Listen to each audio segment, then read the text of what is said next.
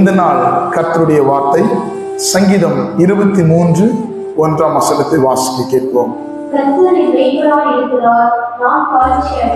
கர்த்தர் என் மெய்ப்பராய் இருக்கிறார், நான் தாட்சி அடையேன்.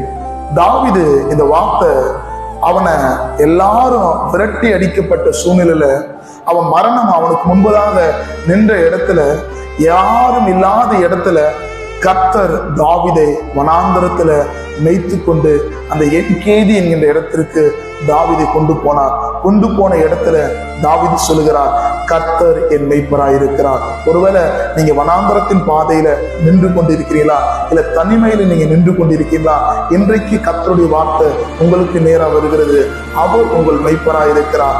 அவர் உங்கள் ஆத்மாவை பாதுகாத்துக் கொள்வார். ஒருவேளை உலகம் உங்களை மறக்கலாம், அவர் உங்களை மறப்பதில்லை. அவர் உங்களோடு கூட இருக்கிறார். கர்த்தர் உங்களை ஆசீர்வதிப்பார். ஆமென்.